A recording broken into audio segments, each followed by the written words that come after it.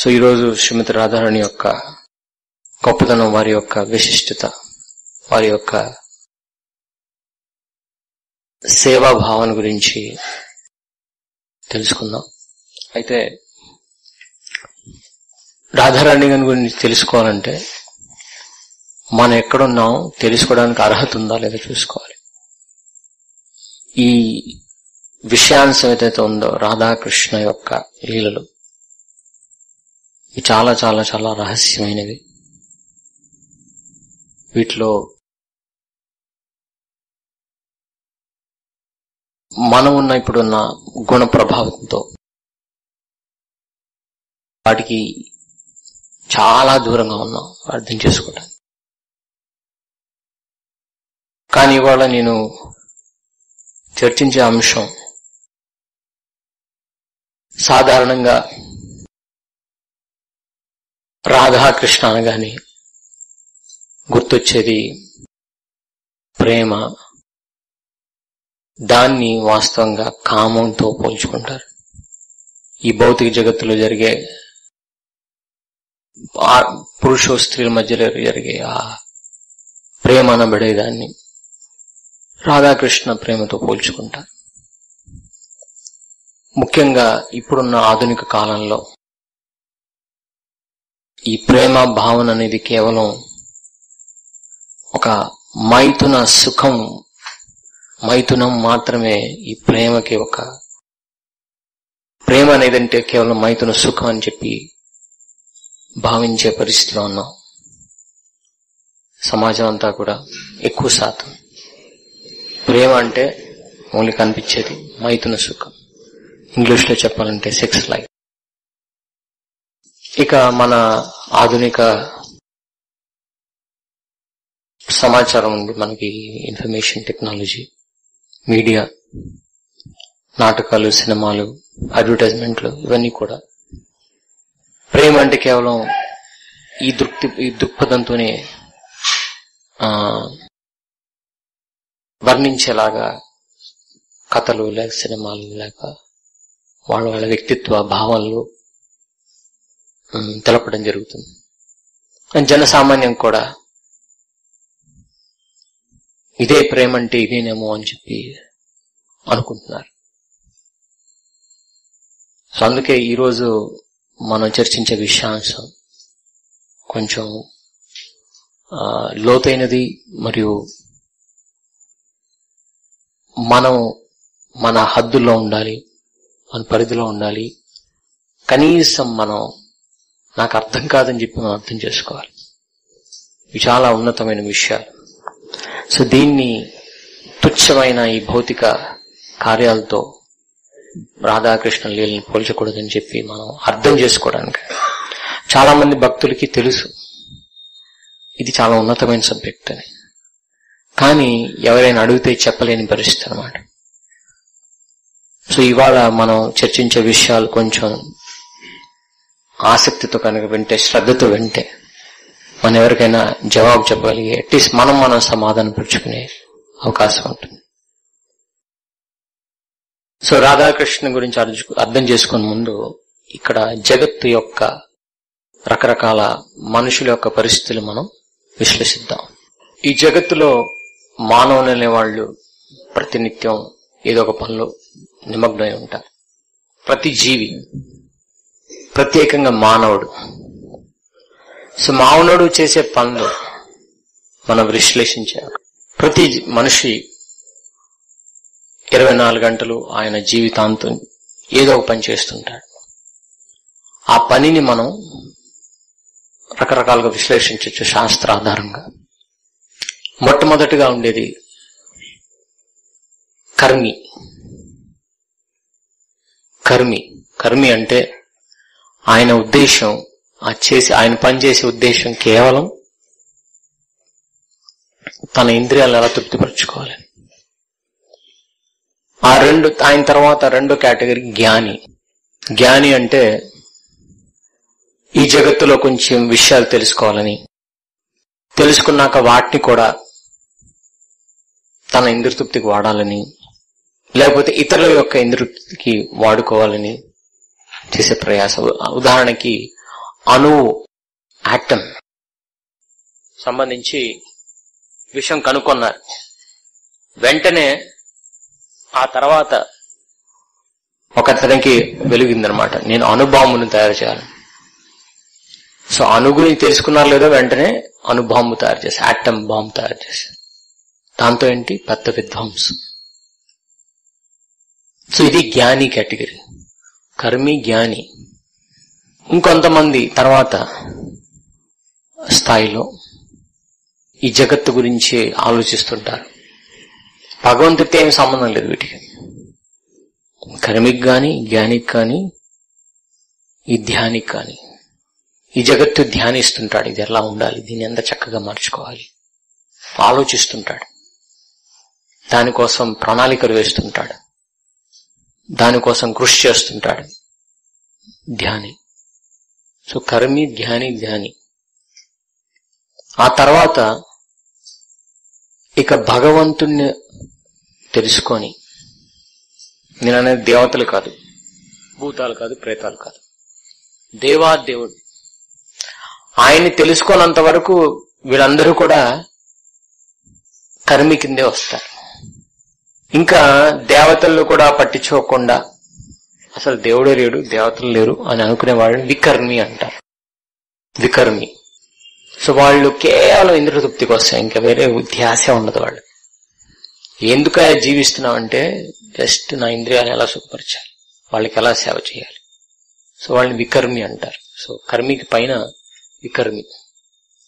తర్వాత కర్మి అంటే కొంచెం ఏదో అప్పుడప్పుడు పూజ పునస్కారాలు చేసుకుంటుంటారు, కానీ అదంతా ఎందుకు మళ్ళీ ఇంద్రియతృప్తికి వస్తుంది.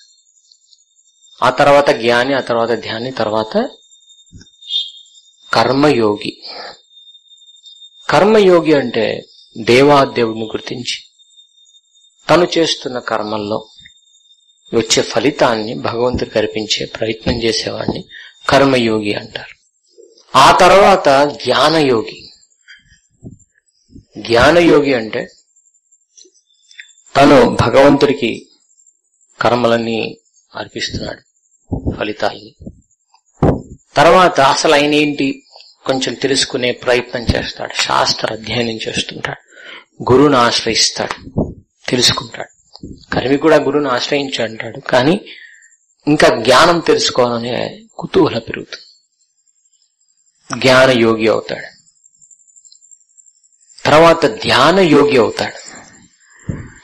ఏంటి, భగవంతుని కొద్ది గొప్ప తెలుసుకుంటాడు, ఆయన మీద ధ్యానం చేస్తుంటాడు.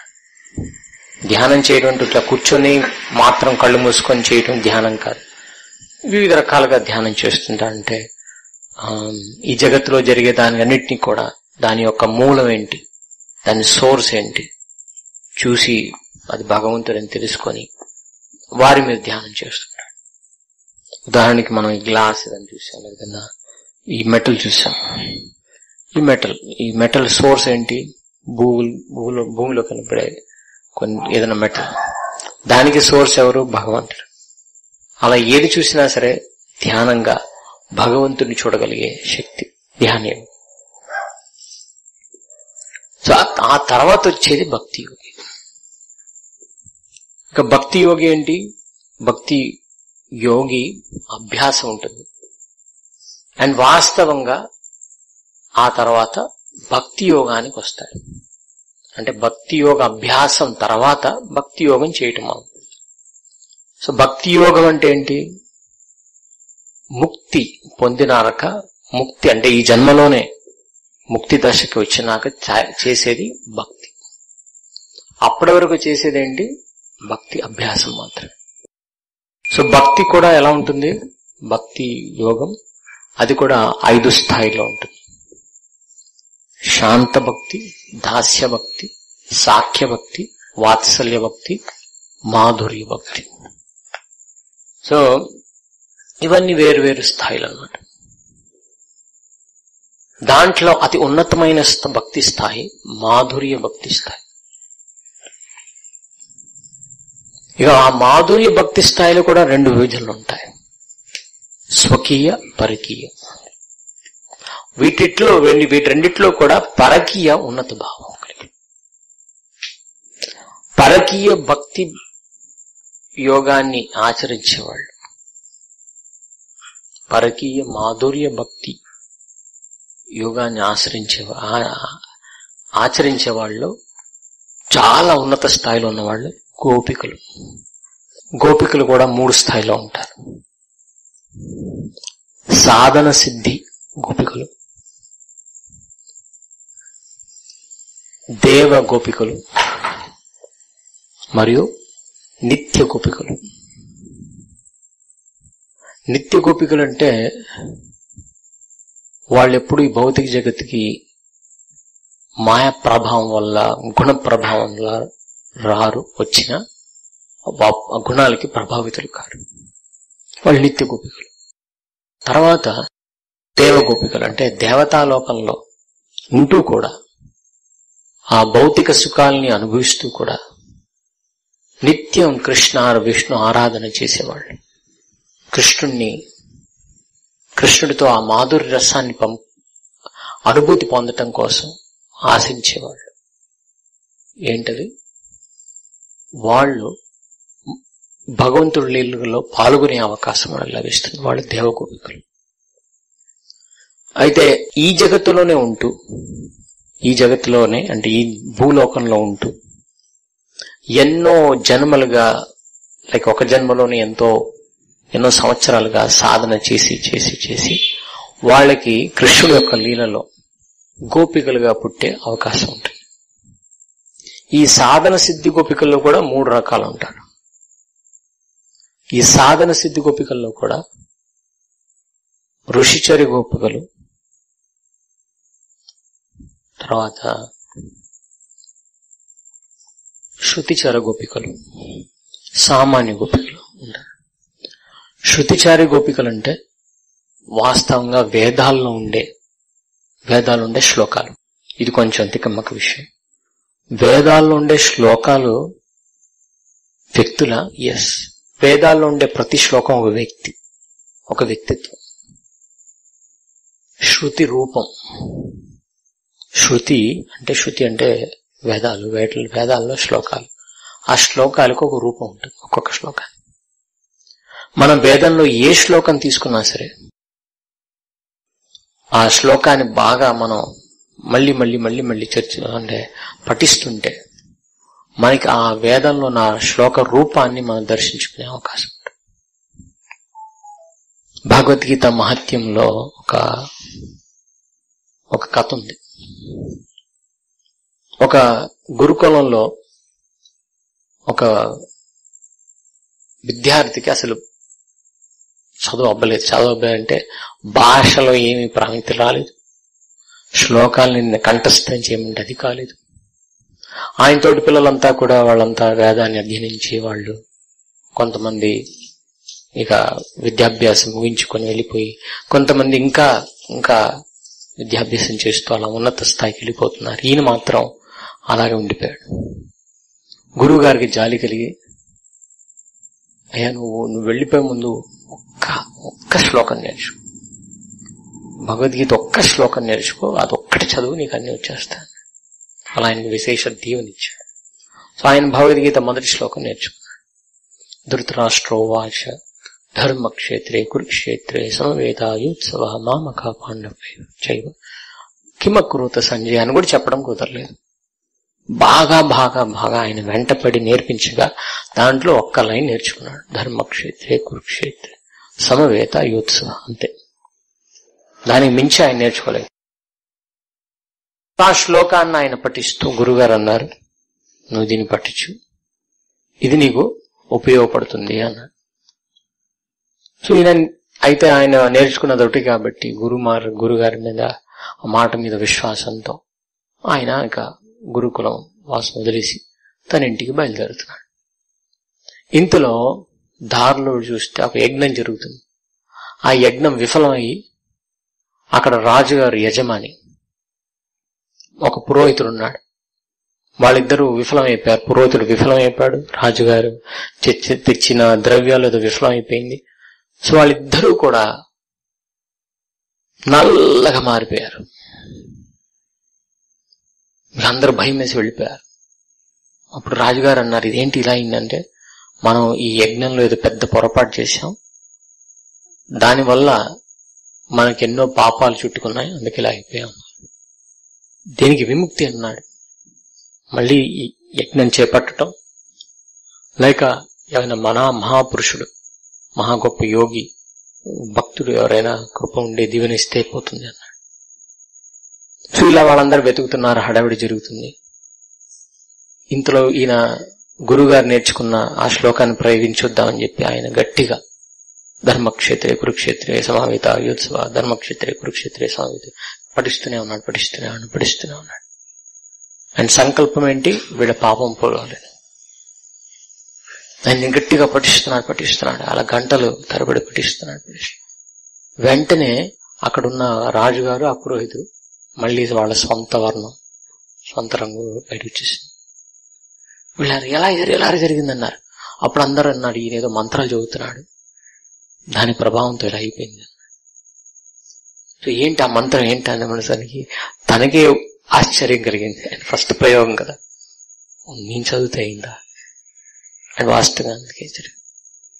అందుకే మనం ఎంత చదివామని కాదు, గురువుగారు చెప్పినది ఎంత పాటించాం అది ముఖ్యం. గురువు వాక్యంలో అంత శక్తి ఉంటుంది. గురువుగారు ఈ విద్యార్థి మీద దయతో నువ్వు ఇదొక్కటి నేర్చుకో, ఇది అన్ని విజయదాలుగా పనికొస్తున్నాడు, ఆయన పూర్తి శ్రద్ధగా దాన్ని ఆచరించాడు. అది అందుకే గురుకులంలో గురు శిష్య యొక్క సంబంధం యొక్క విలువ. అది మనం ఎన్నెన్ని నేర్చేసుకున్నాం, ఎంతమంది ప్రదర్శించాము, ఎంత సంపాదించాం కాదు, గురు చెప్పిన మాట మీద ఎంత విశ్వాసం ఉంది, దాంట్లో ఎంతో శక్తి ఉంటుంది. సో ఈ విధంగా అన్ని శ్లోకాలు, భగవద్గీతలో ఉన్న శ్లోకాలు ఒక వ్యక్తిత్వం. ఇక్కడ జరిగింది ఏమిటంటే, ఈయన మరీ పఠిస్తుంటే ఆ వ్యక్తి, ఆ భగవద్గీత ఫస్ట్ శ్లోకం వ్యక్తి ఒకరు బయటపడ్డాడు. ఈయన అడిగాడు, ఏంటయ్యా నీకు ఏం కావాలంటే, భగవద్గీత శ్లోకాల్లో ఎంతో శక్తి ఉన్నారు, ఈయన ఎన్నో పాపాలు చేశాడు, అది తొలగిచ్చే శక్తి ఉందా నీకు అన్నాడు.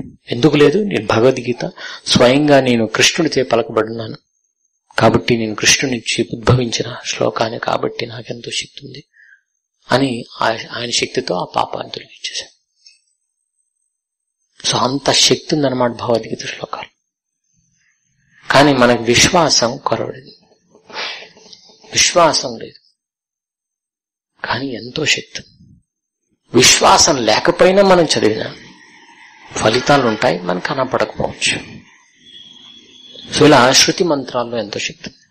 ఈ శృతి మంత్రాలన్నీ కూడా ప్రార్థించారు.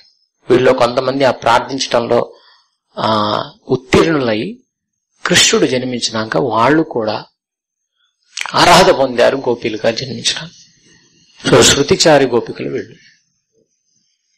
ఆ తర్వాత ఇంకో కేటగిరీ ఏమనుకున్నా, ఋషిచారి గోపికలు. కొంతమంది ఋషులు ఎన్నో సంవత్సరాలుగా, ఎన్నో జన్మలుగా మళ్ళీ వాళ్ళు జపిస్తున్నారు, ప్రార్థిస్తున్నారు.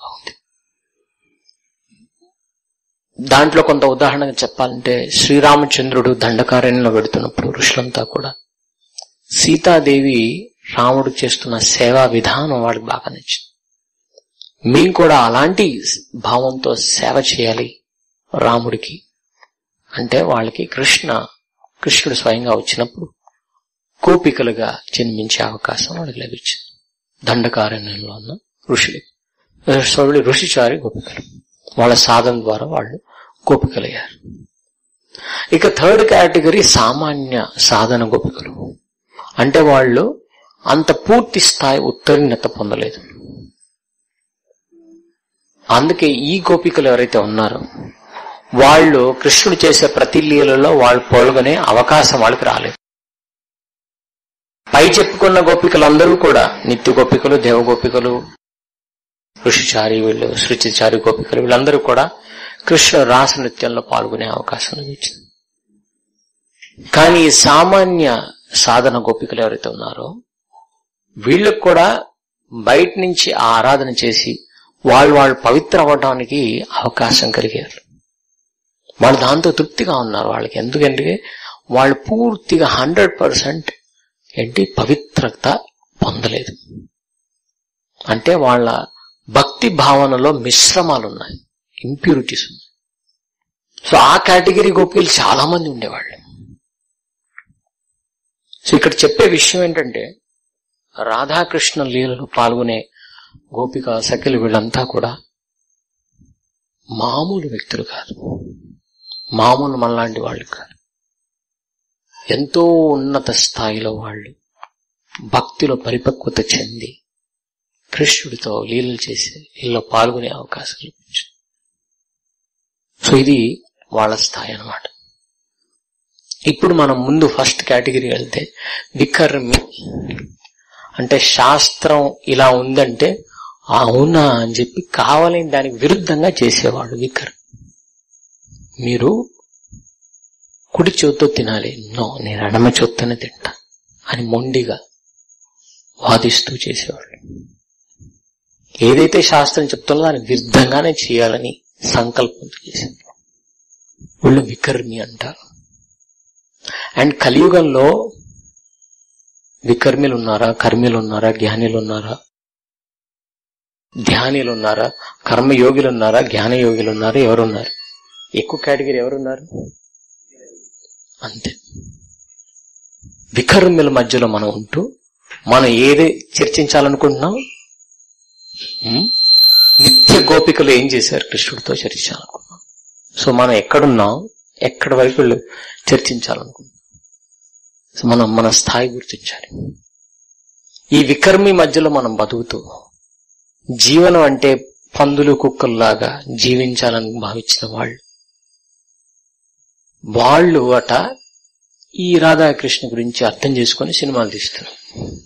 ఆ జనం చూసి ఆహా అనుకుంటున్నారు, ఓ ఇదే రాధాకృష్ణ అనుకుంటున్నారు.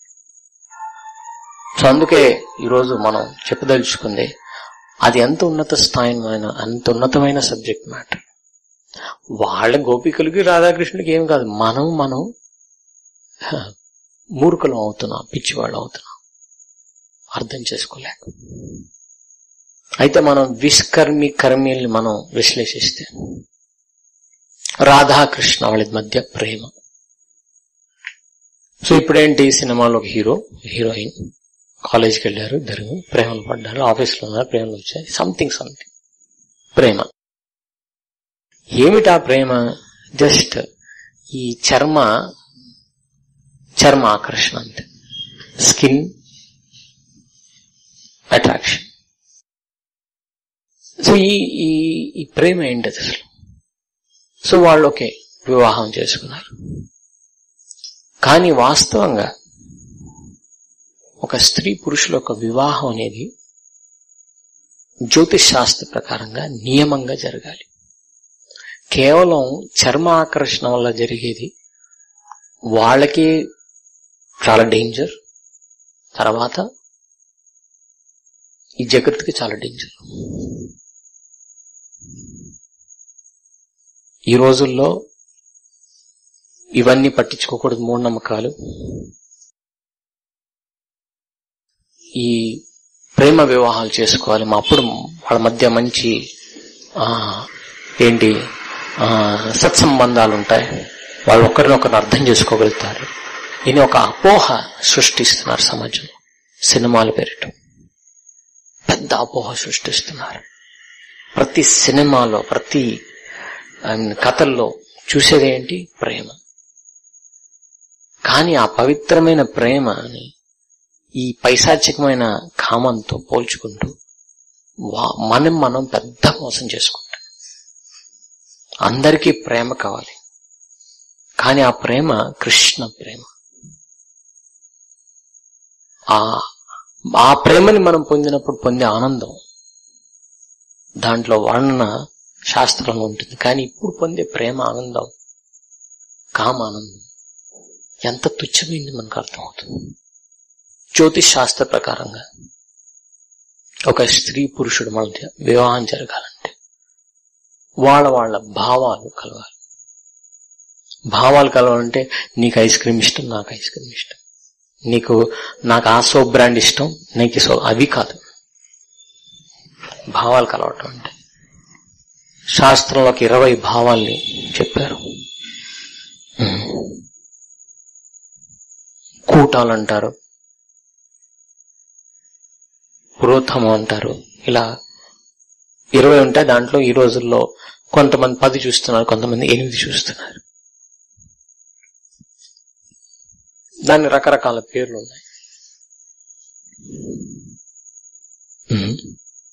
ఒకటి వేద. చూడాలి, వేద అంటే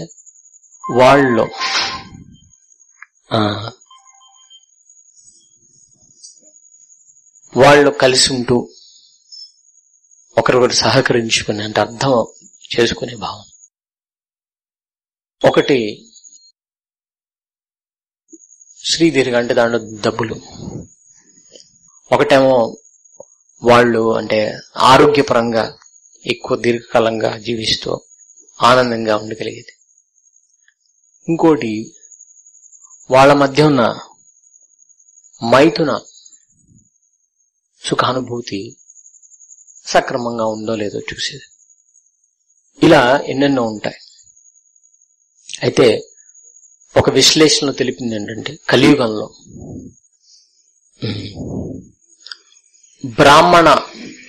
బ్రాహ్మణత్వం అంటే పుట్టుకతోనే కాదు, వ్యవహారికంగా బ్రాహ్మణత్వం కలిగిన వాళ్ళ మధ్య ఉండే అంటే వాళ్ళు కోరుకునే ఈ 10లో వాళ్ళు ఎక్కువ కోరుకునేది ఏంటంటే, వాళ్ళిద్దరి మధ్య పరస్పర సహకారం.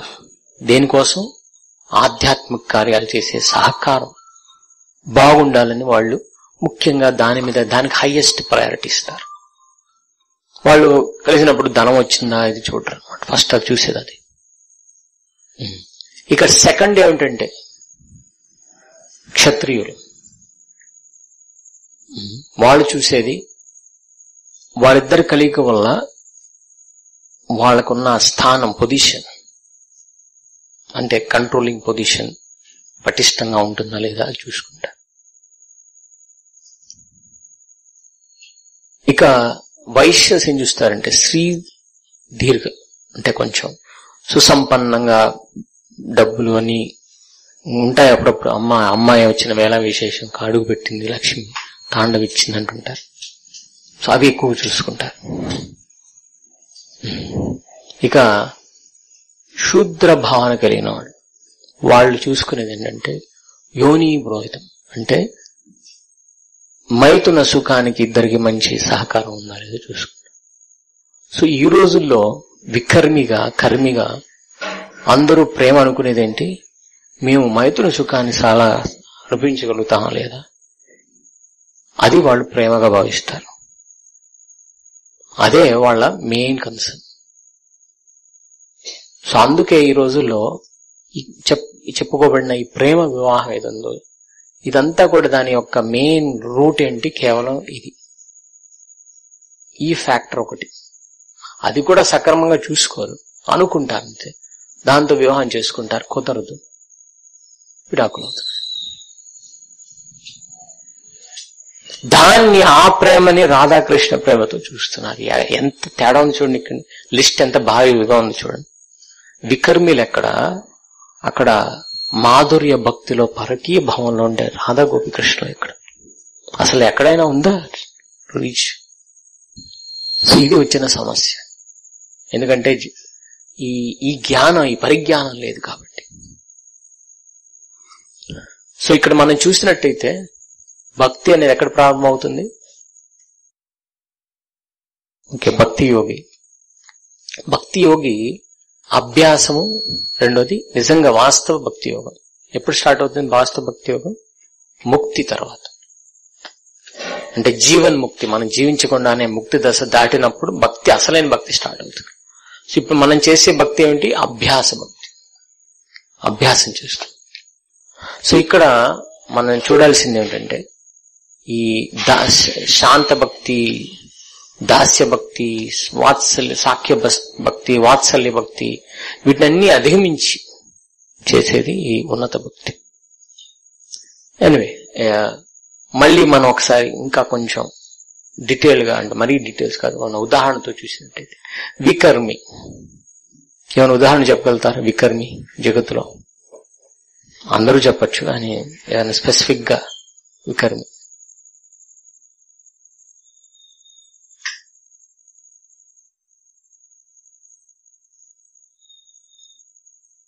వికర్మికి ఉదాహరణ. అంటే ఏంటి? నేనేం పట్టించుకోను, నేను ఎప్పుడంటే అప్పుడు లేస్తాను, నేను ఏదంటే అది తింటాను, నేను ఏదంటే అది బట్టలు వేసుకుంటాను, నేను ఎట్లా అంటే అట్లా జీవిస్తాను, ఎట్లా అంటే అట్లా సంపాదిస్తాను. ఈ కేటగిరీ ఎవరు? వికర్మి. ఇలాంటి వాళ్ళు ఎక్కడ చూసినా వాళ్ళు కనపడతారు అని చూస్తే. సెకండ్ కేటగిరీ ఏంటి? ఇప్పుడు సినిమాల్లో ఏం చూపిస్తారు? హీరో 10ంటికి లేస్తాడు, సిగరెట్ తాగుతాడు, దొంగతనంగా తాగొస్తాడు, డబ్బులు కొట్టేస్తాడు. ఇవన్నీ ఏంటి? హీరో. ఏంటిది? వికర్మి. ఇప్పుడు అలాంటి పిల్లలంతా ఇలా చూసి వాళ్ళు ఏమనుకుంటారు? నేను ఉదయం లేస్తే నేను హీరోనవుతాను? లేదు, హీరో ఉదయం లేట్ లేస్తాడు. సో అందుకే అది ఫాలో అవ్వాలి. సో ఈ రోజుల్లో హీరోలు ఎవరు? వికర్మి. కానీ అసలు హీరో ఎవరు? కృష్ణ. ఎంతో దూరంలో ఉన్నాడు అసలు హీరో. తుచ్చమైన హీరోని పట్టుకున్నారు. తర్వాత కొద్ది గొప్ప కర్మి. కర్మి అంటే ఏంటి? కర్మి అంటే ఏంటి? ఆయన ఉదయం లేస్తాడు, వెంటనే స్నానాలను చేసుకొని ఆఫీస్కి వెళ్ళి మంచి పనులు చేసుకొని ఇచ్చి ఇతరులకు సహాయం చేసి వచ్చేస్తున్నాడు. ఎందుకు? నాకు ఎవరైనా సహాయం చేస్తారని. తర్వాత ఇదేంటి? కర్మి. సో ఈ స్థాయిలో ఉండే అబ్బా ఎంత మంచివాడండి అనుకుంటాము. కానీ ఆయన ఏంటి? వికర్మి కన్నా కొంచెం బెటర్. వికర్మి కొంచెం బెటర్. అబ్బాయిన అవి చేస్తాడు, ఈయన ఇది చేస్తాడు, అది చేస్తాడు. ఎందుకు? తర్వాత ఆయనకు వస్తుందని, నాకు ఎవరో చేశారు కాబట్టి. సో అదేంటి? ఉన్నత ఆ స్థాయి ఏంటి? కర్మి స్థాయి. ఆ తర్వాత స్థాయి ఏంటి? జ్ఞాని స్థాయి.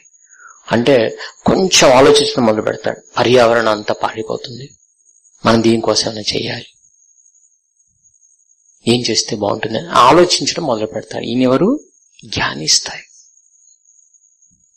ఇలా చేయగానే ఏమంటాం? అమ్మో ఆయనకి జెండా వేసేసి పద్మభూషణ్ ఇచ్చేస్తాం, ఆయన ఇచ్చేస్తాం కదా. ఎవరు ఆ స్థాయి? ఓన్లీ జ్ఞాని స్థాయి. భగవంతుడితో ఏమి సంబంధం లేదు, నేను పర్యావరణం నేను కాపాడుతా, సంబంధమే లేదు భగవంతుడితో. సో ఇదేంటి? జ్ఞాని స్థాయి. తర్వాత ఏంటి? ధ్యాని స్థాయి. కొంచెం దీర్ఘంగా ఆలోచిస్తున్నాడు. అబ్దుల్ కలాం ఆజాద్ మంచి అతను, దేశం మంచిగా ఉండాలని, అందరూ కూడా టెక్నాలజీలో బాగా పెరిగి వాళ్ళ స్థాయిలో ఇంద్రవృత్తి చేయాలని, మంచిగా కమ్యూనికేషన్ స్కిల్స్ ఉండాలి, ఇంకా అందరిలో కూడా కమ్యూనికేషన్, అందరూ కూడా బాగా సంపాదించుకోవాలి, వాళ్ళు ఇంద్రవృత్తి చేసుకోవాలి, అంతే. దానికి మించి కొంచెం ఇంకా వెళ్ళరు అనమాట.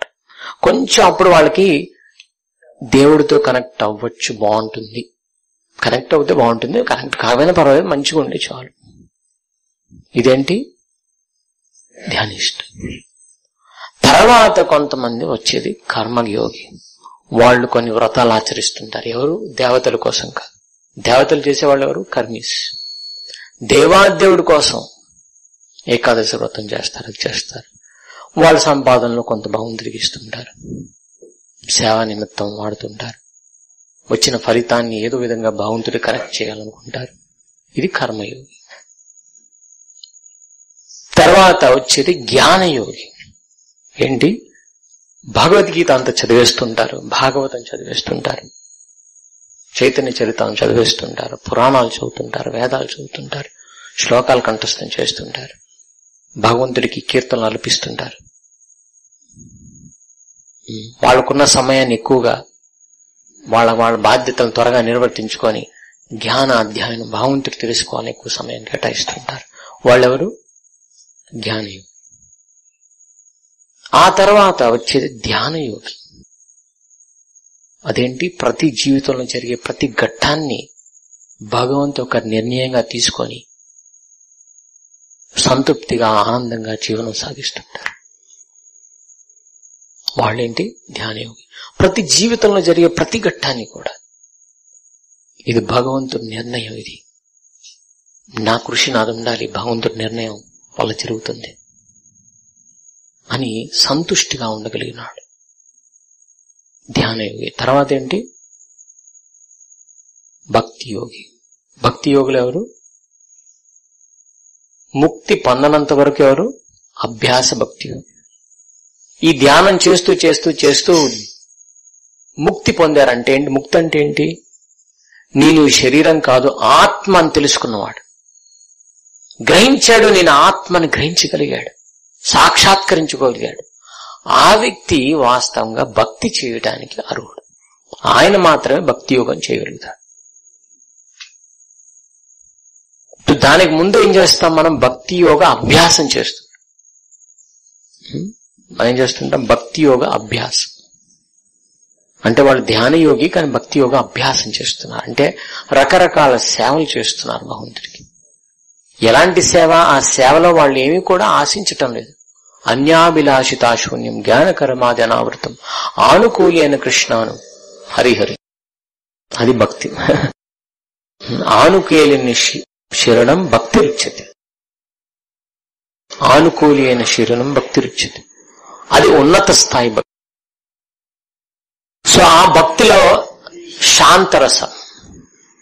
శాంతరసం అంటే భగవంతుడిని దూరంగా అలా చూస్తూ ఆయన యొక్క వర్ణని, ఆయన యొక్క దివ్యత్వాన్ని, ఆయన యొక్క అందమైన రూపాన్ని, ఆయన యొక్క పలుకులు అన్నిటిని కూడా ఎంతో కీర్తిస్తుండేవాళ్ళు శాంత భక్తులు. దాస్య భక్తులంటే వాళ్ళు భగవంతుడి సేవ చేయటానికి, అంటే ప్రాక్టికల్ సర్వీస్, లైక్ హనుమంతుడిలాగా ఏదో ఒక సేవ చేస్తూ ఉండాలి అనే ధ్యాసలో ఉంటారు. వాళ్ళు భక్తి యోగులు, హనుమాన్ టైప్. సాఖ్య రసలో చేసే భక్తి. సాఖ్య ఎవరు? స్నేహితుల్లాగా.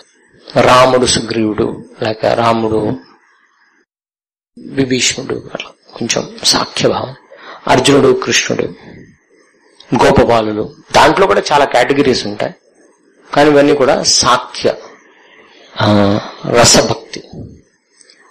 తర్వాత వచ్చేది వాత్సల్య రసభక్తి. అంటే కౌసల్య, దశరథ, దేవకి, వసుదేవులు, యశోద, ద టాప్ మోస్ట్ వాత్సల్య రస, నంద మహారాజ్, వీళ్ళంతా కూడా వాత్సల్య రస భక్తి యోగంలో వాళ్ళు చేసే కార్యాలు. ఆ తర్వాత వచ్చేది మాధుర్యం. సో మాధుర్యలో కేటగిరీస్ ఏంటి? స్వకీయలో ఎవరు? రుక్మిణీదేవి, సత్యభామ, సీతాదేవి, లక్ష్మి, వీళ్ళంతా కూడా స్వకీయ భావ మాధుర్య రస భక్తి ఆచరిస్తుంటారు. సో తర్వాత పరకీయ భావ. పరకీయ భావం అంటే ఇది వాళ్ళకి ఈ భౌతిక జగత్తులో రీతిలో వివాహం జరగలేదు. లైక్ రాధ, లైక్ మిగతా గోపికలంతా కూడా అష్టసఖులు, సఖిలు, మంజరీలు, పైహెచ్చు వాళ్ళకు ఇంకొకరితో వివాహం జరిగింది. సో ఇది ఉన్నత స్థాయి భక్తి. ఇది ఎట్లా అనండి అంటే భౌతిక జగత్తులో అలా జరిగితే చాలా పెద్ద పొరపాటు కదా. ఎవరైనా పెళ్ళైన స్త్రీని రప్పించుకొని ఆమెతో అర్ధరాత్రి నిత్యం చేస్తే ఏంటిది? ఇదంటే పరకీయ భక్తి రస భావన. దీన్ని మనం అర్థం చేసుకోవాలి. ఎందుకంటే మనం చూసేది వేరు, అక్కడ ఆ పరకీయ భక్తి రస భావంలో జరిగేది వేరు. ఇదొక ఏర్పాటు అన్నమాట, ఒక భక్తి రసానుభూతిలో అదొకటి. లేదు నేను ఇప్పుడు ఈ జగత్తులో కూడా అలాంటి అనుభూతి పొందుతానంటే అక్కడ యమరాజు పెద్ద నాటకం మనకి ఒక పోస్ట్ రిజర్వ్ చేస్తాడు. చాలా డేంజరస్ అది. ఈ జగత్తులో ఏదైతే ఆధ్యాత్మిక జగత్తులో ఉన్నత స్థాయిలో ఉంటుందో ఈ జగత్తులో దాన్ని ఆచరిస్తే అది చాలా డేంజరస్, ఎంతో మహాపాపం. సో ఇది మనం అర్థం చేసుకోవాలి. ఇది పరకీయ భావరస అనుభూతి. వీటిలో కూడా మేము చెప్పుకున్నాం గోపికలు, వీళ్ళు కూడా చాలా శ్రేష్టమైన వాళ్ళు 9 మంది. దాంట్లో శ్రేష్టమైన వాళ్ళు రాధారాణి. సో అది రాధారాణి యొక్క గొప్పతనం. సో భగవంతుడికి సేవ చేసే వాళ్ళలో ఈ లిస్ట్ లో కింద నుంచి పై వాటిలో ఎవరు టాప్ మోస్ట్? రాధారాణి. అది వారి స్థానం. సో అది మనం అర్థం చేసుకోవాలి.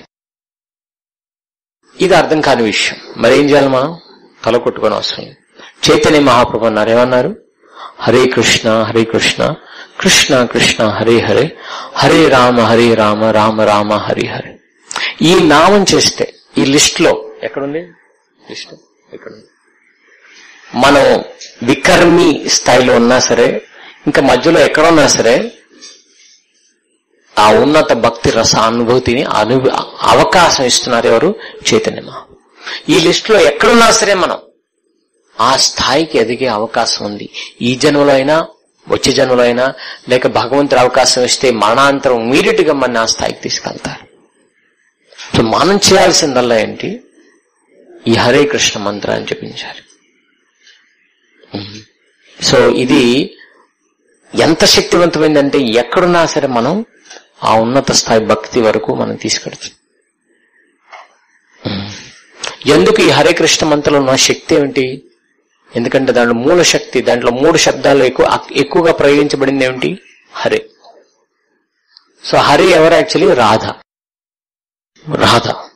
సో మనం రాధా ఆరాధకులం. ఇవాళ ఉదయం కూడా చెప్పుకున్నాం. విష్ణుని ఆరాధించే వాళ్ళని ఏమంటారు? వైష్ణవులు అంటారు. శివుణ్ణి ఆరాధించే వాళ్ళని శివులు అంటారు. గణపతిని ఆరాధించే వాళ్ళని గానపత్యులు అంటారు. సూర్యుని ఆరాధించే వాళ్ళని శౌర్యులు అంటారు.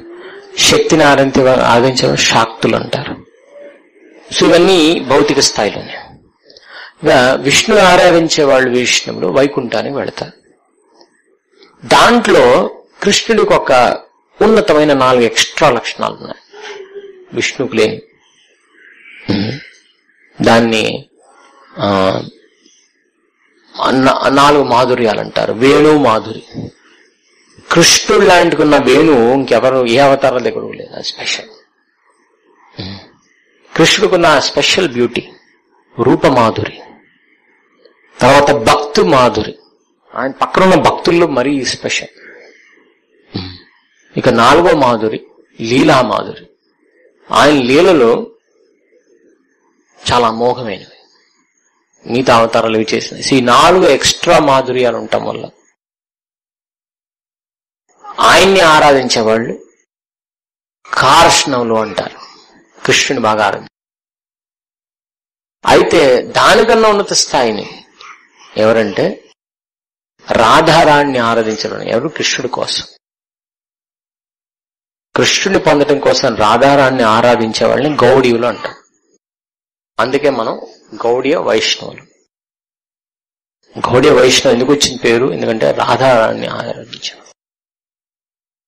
దీంట్లో రఘునాథ్ దాస్ గోస్వామి అని ఒక గొప్ప వైష్ణవుడు ఒక గీతంలో ఏం పాడతాడంటే, కృష్ణుడు గోవర్ధన పర్వతం అక్కడ నిలబడి ఇట్రా నువ్వు నా దగ్గరికి అని పిలిస్తే నేను వెళ్ళను, ఎందుకంటే కృష్ణ మాయ, ఆయన అప్పుడప్పుడు పిలిచే మాయమైపోతాడు.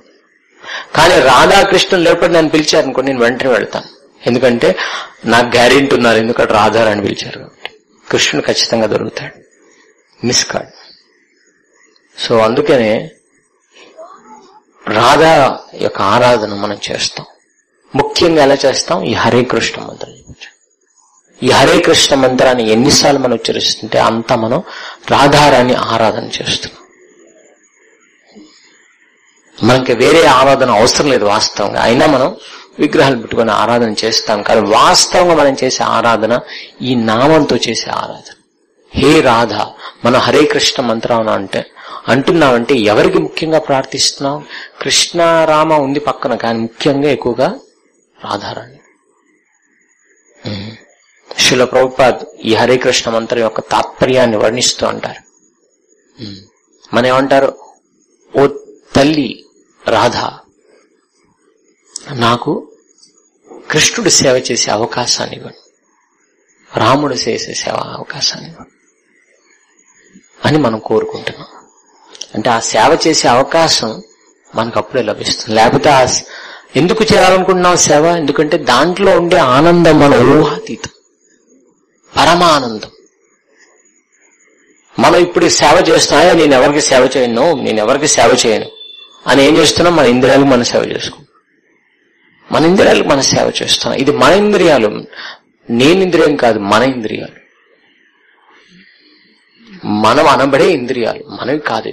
ఒకరోజు ఇంద్రియాలు పోతాయి, మన నుంచి పోతాయి ఇంద్రియాలు. మన ఇంద్రియాలు కాదు, మనకు ఏర్పరిచిన ఇంద్రియాలు, వాటికి సేవ చేస్తున్నాం. ఏ పట్టించుకోకుండా చేస్తే ఏంటది వికర్మి. నాకు జస్ట్ నేను వీటి ఇంద్రియాలకి సేవ చేయాలి, నేనేం పట్టించుకోను, నియమ నిబంధనలు పాప పుణ్యాలు ఏం పట్టించుకోను అని వాళ్ళు ఏం చేస్తున్నారు? ఇంద్రియాలకి సేవ చేస్తున్నారు. ప్రతి ఒక్కరు ఇక్కడ జగత్తులో మానవుడు ఏం చేస్తున్నాడు? సేవ చేస్తున్నాడు. నేను ఎవరికి సేవ చేయను, నాకు కోట్లు డబ్బులున్నాయి అని ఎవరికి సేవ చేస్తున్నాడు? అహంకారానికి సేవ చేస్తున్నాడు. ఏ అహంకారమా? నీకు నిత్యోపదేశం, నా అహంకారం ఇట్లాగే ఉండు అని అహంకారానికి సేవ చేస్తాం. మన అహంకారం కూడా కాదు, కానీ దానికి అహంకారానికి సేవ చేస్తాం. నాకింత ఉంది అని అహంకారానికి సేవ చేస్తాం. కానీ అహంకారం నేను కాదు, ఆ డబ్బు నేను కాదు, నాది కాదు అది, ఎందుకంటే నాతో ఉండదు కాబట్టి. కొంతమంది ఇంకో సేవ చేస్తున్నారు, తెలివితేటలున్నాయి, నేను మేధావిని. వాళ్ళు దేనికి సేవ చేస్తున్నారు? బుద్ధికి సేవ చేస్తున్నారు. బుద్ధి కూడా మనది కాదు, బుద్ధి కూడా మనది కాదు, కానీ నాకు ఎక్కువ తెలివితేటలు ఉన్నాయి, బుద్ధి ఉంది నాకు అని దానికి సేవ చేస్తున్నారు. ఇంకొంతమంది దేనికి సేవ చేస్తున్నారు? మనసుకు సేవ చేస్తున్నారు. మనసులో జరిగే భావాలు ఏవైతే ఉంటాయో వాటికి సేవ చేస్తున్నారు. అప్పుడు మనసుకి ఏం కలుగుతుంది? సంకల్ప, ఇది నాకు నచ్చింది, నాకు కావాలి. మరి అదే వస్తువు నాకు నచ్చలేదు, పడేయి, నాకు ఇష్టం లేదు. మనసు నీ సేవ నీ చేస్తున్నావు. ఇప్పుడే అడిగా, నాకు కావాలని నీ తెచ్చిపెట్టాను, తీసుకో. మరి ఇప్పుడే వద్దంటున్నావు, సరే పడేస్తాను అని ఎవరికి సేవ చేస్తున్నావు? మనసుకు సేవ చేస్తున్నావు. తర్వాత ఎవరికి సేవ చేస్తున్నావు? మన కళ్ళకి సేవ చేస్తున్నాం, చలనచిత్రాలు చూస్తున్నాం, ఇంకేవేవో చూస్తున్నాం, ఇంకేవో చూడాలనిపిస్తుంది, వాటికి సేవ చేస్తాం. కళ్ళ ఇంకేమైనా ఆదేశించు, నాకు లేటెస్ట్ సినిమా చూడాలి, ఎంత ఖర్చు అయినా పర్వాలేదు, ఫస్ట్ షో చూడాలి, ఓకే అని సేవ చేస్తాం. ఎవరికి సేవ చేస్తున్నాం? కళ్ళకి సేవ చేస్తాం. ఎప్పుడు ఇలా పెట్టుకొని వింటూ ఉండాలి కంటిన్యూస్ గా, ఏదైనా చెత్త అయినా సరే, సరే చెవులా నీకు సేవ చేస్తాం. ఇలా మనం సేవ చేస్తాం. నాలుగుకి సేవ చేస్తాం. నీకు ఇప్పుడు ఏం తినాలంది? ఇది, ఓకే, ఎంత ఖర్చు అయినా తెచ్చి నీకు పెడతా అని నాలుగు సేవ చేస్తాం. ఇలా అందరికీ సేవ చేస్తూ ఉన్నాం. కృష్ణ సేవ చేయమంటే మనసు పట్టలేదు. వారికి సేవ చేస్తే పొందే ఆనందం చాలా ఉన్నతమైన ఆనందం అంటున్నా మనసు ఒప్పుకోవట్లేదు, బుద్ధి ఒప్పుకోవట్లేదు. సో అందుకే ఫస్ట్ మనం ఎవరిని ఒప్పించాలి? మన ఇంద్రియాలను ఒప్పించాలి. అందుకే భగవంతుని దర్శనం చేసుకుంటున్నాం, అందుకే భగవంతుడి గురించి వింటున్నాం, అందుకే భగవంతుడి నుంచి ప్రసాదం తీసుకుంటున్నాం, భగవంతుడి గురించి చర్చిస్తున్నాం, భగవంతుడు అర్పించిన పూలని వాసన చూస్తున్నాం. ఇవన్నీ ఏంటి? కృష్ణుడి సేవని ఇంద్రియాల ద్వారా చేస్తున్నాం. మనసు ద్వారా ఎలా చేస్తున్నాం? కృష్ణుడికి ఏదైతే ఇష్టమో నాకు అది ఇష్టం అని సంకల్పం తీసుకున్నా, కృష్ణుడికి ఏదైతే ఇష్టం లేదో అది వదిలేస్తాను నాకు ఇష్టమైనప్పటికీ అని సంకల్పం తీసుకొని మనసు ద్వారా కృష్ణుడి సేవ చేస్తున్నాం. మనసుని కూడా కృష్ణుడి సేవలో పెడుతున్నాం, బుద్ధిని కృష్ణుడి సేవలో పెడుతున్నాం. ఎలా? మనకున్న విచక్షణ, జ్ఞానాన్ని ఆర్జించి ఆ జ్ఞానాధారంగా నిర్ణయాలు తీసుకుంటున్నాం. ఇది నాకు సరైన నిర్ణయం, ఎందుకంటే ఇది కృష్ణుడికి ఇష్టం కాబట్టి. సో ఇది మనం తీసుకునే బుద్ధి ద్వారా కృష్ణుడి సేవ. ఇక అహంకారం ద్వారా కూడా సేవ చేయొచ్చు కృష్ణుడికి. ఏంటి? ఎస్, నేను కృష్ణ భక్తుడిని. ఎవరు చూపించారు ఇది? హనుమంతుడు చూపించారు. రావణాసురుడు, నువ్వేంటయ్యా, నేను రామ భక్తుడిని. షూర్, అహంకారాన్ని కూడా చూపించారు. ఏంటి అహంకారం? నేను రామదాసుని కాబట్టి, కృష్ణదాసుని కాబట్టి. సో ఆ అహంకారం బెస్ట్ అహంకారం, అది సత్య అహంకారం, ఇది మిథ్య అహంకారం. రాముడు సత్యమే, ఆయన సేవ సత్యమే, అందుకే సత్య అహంకారం. నీ కళ్ళు సత్యం కాదు, నువ్వు సత్యం కాదు, నువ్వు చేసే సేవ అసలే సత్యం కాదు. సో ఇదేంటి? Cheating, cheating religion. సో అందుకని మనం చేయాల్సింది ఏమిటంటే, మనకి ఇప్పుడు ఏ స్థాయిలో ఉన్నా, మనం ఏ స్థాయిలో ఉన్నాం ఆ తర్వాత విషయం. మనకిప్పుడు ఏ స్థాయిలో ఉన్నా సరే మనం ఉన్నత భక్తి స్థాయికి ఎదిగే అవకాశం ఉంది. శ్రీమతి రాధారాణి వారి ఆధ్వర్యంలో మనం చేసే అవకాశం ఉంది. అది ఎలా? హరే కృష్ణ హరే కృష్ణ కృష్ణ కృష్ణ హరే హరే హరే రామ రామ రామ హరే హరే. ఈ మంత్రాన్ని మనం నిత్యం జపిస్తుంటే, కీర్తిస్తుంటే ఆ సేవని మనం పొందగలిగి ఉంటాం. ఎవరైనా ఇస్కాన్కి వచ్చి సంవత్సరాలైన హరే కృష్ణ మంత్రం జపించట్లేదంటే చాలా కోల్పోతున్నారు, చాలా ఘోరంగా కోల్పోతున్నారు. ఎందుకంటే ఈ సాంప్రదాయం ప్రసాదిస్తుంది హరే కృష్ణ. మనం తేనె సీసా తెచ్చేసి ఆ బాటిల్ నాకుతున్నాం అనుకోండి, తీయగా ఉంటుందా? ఎన్ని సంవత్సరాలు నాకినా తీయగా వస్తుంది. జస్ట్ ఓపెన్ దాట్, ఒక చుక్కన్నా వేసుకోండి, ఆస్వాదించవచ్చు. సో ఈ ఇస్కాన్ సంస్థ మనకి ప్రసాదిస్తున్న గొప్ప వరం ఈ హరినామం. మిగతా ఎన్ని చేసినా సరే హరినామం లేకపోతే we are not getting the essence. మనం దాన్ని పూర్తి లాభం పొందలేకపోతాం. ఎవరైనా ఇంటికి అతిథి వస్తే మనం అంటాం, ఇది చాలా అద్భుతమైన వంటకం అని, మీరు ఖచ్చితంగా తినాలంటాం. అదొక్కటి వదిలేసి అన్ని తింటున్నాం అనుకోండి, అక్కడ ఉండే ఇంత బాగా చేసాము అనుకుంటాం కదా. సో అలాగే మీరంతా, అంటే ఇక్కడ మా బాస్ అక్కడ ఉన్నారు ఇద్దరు, వారికి మేము ముఖ్య సేవకులం. వాళ్ళు మాకు చెప్పిన విషయాలు, ఇక్కడ అతిథులు వస్తారు, వాళ్ళకి ఇది ఖచ్చితంగా ఇవ్వండి, ఏం దొరకపోయినా. ఏంటది? హరే కృష్ణ మంత్రం అని చెప్పారు. వాళ్ళు చెప్పింది మేము చేయాలి, మేము కూడా చేస్తున్నాం. సో మేము చెప్పడానికి ఎప్పుడు ప్రయత్నం చేస్తున్నాం. ఎందుకంటే బాస్ అక్కడ నిలబడి ఏమంటారు? హరే కృష్ణ, బీ హ్యాపీ అంటారు. అది నేను చెప్పాలిగా, నేను చెప్పాలి. లేకపోతే ఆయనకి నేను సరైన సేవకుడిని కాదు. బాస్ ఏది చెప్తున్నారు, ఈ సర్వెంట్ చేయాలి. అదే మేము చెప్తున్న విషయం. ఏంటి? హరే కృష్ణ మంత్రాన్ని జపించు. దాంట్లో ఎంతో మాధుర్యం ఉంది. అది మన ఊహాతీతంగా ఎంతో ఉన్నత స్థాయికి తీసుకెళ్తుంది. మనం ఊహించలే ఎంత తక్కువ సమయంలో తీసుకెళ్తుంది. కానీ మనకున్న సమస్య ఏంటంటే మనకి మిరకిల్స్ కావాలి. నేను ఆ మంత్రం చదివాను, నాకు లాటరీ తగిలింది. నేను మంత్రం చదివాను, నేను వెళ్తుంటే పెట్రోల్ ట్యాంక్ ఖాళీ అయ్యి దాంట్లో పెట్రోల్ వచ్చేసింది. నేను మంత్రం చదివాను, మా వరుడు ఇచ్చి పిల్లవాడిని పెళ్లి చేసేసారు. ఇలాంటి మిరాకిల్స్ జరిగితే కానీ మనం నమ్మే పరిస్థితి లేకుండా. కానీ భగవంతుడు అంటున్నారు, ఇవన్నీ ఏ స్థాయిలో ఉన్నాయి? ఏ స్థాయిలో ఉన్నాయి? కర్మీ స్థాయిలో ఉన్నాయి. కర్మీస్ కూడా కష్టపడితే వాళ్ళ కోరికలు తీరుతాయి. దానికోసం నువ్వు పరకీయ భక్తి రసభావాన్ని నా కోరిక తీర్చండి అంటే చిన్న చిన్న కోరికలు అవి ఎంత తుచ్చంగా ఉంటాయి. సో యాక్చువల్లీ భక్తి ఉన్నత స్థాయి అంత గొప్పది. దాంట్లో ఈ చిన్న చిన్న మనం భౌతికం కోరుకునేవి చాలా తక్కువ. ఎందుకంటే ఈ జ్ఞానం లేకపోవటం వల్ల మనం లైక్ ఒక భగవంతుడిని కీర్తిస్తే మన కష్టాలను తీరుతాయని చెప్పేసి ఒక ముసలావిడ క్లాస్లో వెళ్ళింది. ఆమె అడవికి వెళ్ళింది, గట్టిగా అరిచింది, ఏ భగవాన్ అని వచ్చింది. అనుకుంది ఆయన చెప్పాడు కరెక్ట్ కాదో చూద్దామని, గట్టిగా అరిచాను. సో నిజంగా కృష్ణుడు వచ్చాడు. ఏం కావాలమ్మా?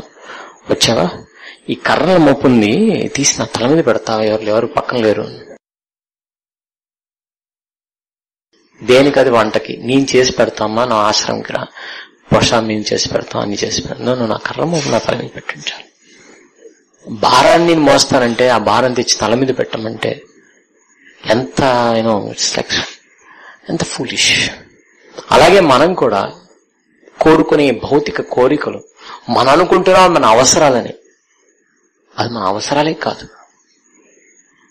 మనం అనుకుంటున్నాం, మన లిస్ట్ తయారు చేసుకున్నాం. దేని ఆధారంగా? సినిమాల ఆధారంగా, దాని ఆధారంగా, దీని ఆధారంగా. మన ఇరుగు పొరుగు అందరూ కూడా అదే చేస్తున్నారు కాబట్టి నేను అది చేయాలి అనే ఆధారంగా ఇది నాకు అవసరం అని పెట్టి మనం రాసుకుంటున్నాం. కానీ వాస్తవం మన అవసరాలు ఏంటి చెప్తున్నాను. మనం దీన్ని అహంకారం పక్కన పెట్టేసి మనం తెలుసుకోవాలి. వాస్తవ మన కోరుకునేది ఏంటంటే ఆత్మ ఏం కోరుకునేది, అది మన అవసరం. అండ్ ఆత్మ ఏం కోరుకుంటుంది, భగవంతుడి సేవ కోరుకుంటుంది. ఆ సేవలో పొందే ఆ సేవ ఆనందాన్ని కోరుకుంటుంది. కానీ దాన్ని పక్కన పెట్టేసి, దాన్ని ఒక మూఢనమ్మకం అనేసి, దాన్ని ఇంకేదేదో అనేసి మనం ఎంత మోసపుచ్చుకుంటున్నామో మనం అర్థం కావట్లేదు. సో అట్లీస్ట్ మనం దీన్ని గుర్తించాలి. కనీసం గుర్తిస్తే ఏదో ఒక రోజు మనకు సాధించగలుగుతాం. ఇది వాస్తవంగా ఈ సేవ ఆనందం చాలా గొప్పది. అందుకే మనకి వెంటనే ఇక్కడ సేవ చేసే అవకాశం ఉంటుంది. సో అది చేసే ప్రయత్నం చేయాలి. సో ముఖ్యంగా మళ్ళీ చెప్తుంది నేను, హరే కృష్ణ మంత్రాన్ని జపించాలి. మేము ఎంతో మందికి చెప్తుంటాం, చేయండి. అదొక్కటి తప్ప మిగతావన్నీ బాగానే ఉంటాయండి. ఎందుకంటే మాయ నిన్ను బాగా కమ్మేసిందండి, బాగా ఆవరణం అయిపోయింది. సారీ, వాస్తవం అది. ఎందుకంటే ఈ అజ్ఞాన పొరల నుంచి మనం దూసుకెళ్ళాలంటే ఆ శక్తి వచ్చేది ఓన్లీ హరినామంతో. సో ఇది మోస్ట్ ఇంపార్టెంట్. ఇవాళ చెప్పదలుచుకునే ముఖ్య విషయాంశం. సో మనం చూసే ఈ జగత్తులో చూసే చాలా నీచాతీంచమైన, ప్రేమనబడే తుచ్చమైన విషయాన్ని మనం కృష్ణుడితో పోల్చుకోకూడదు.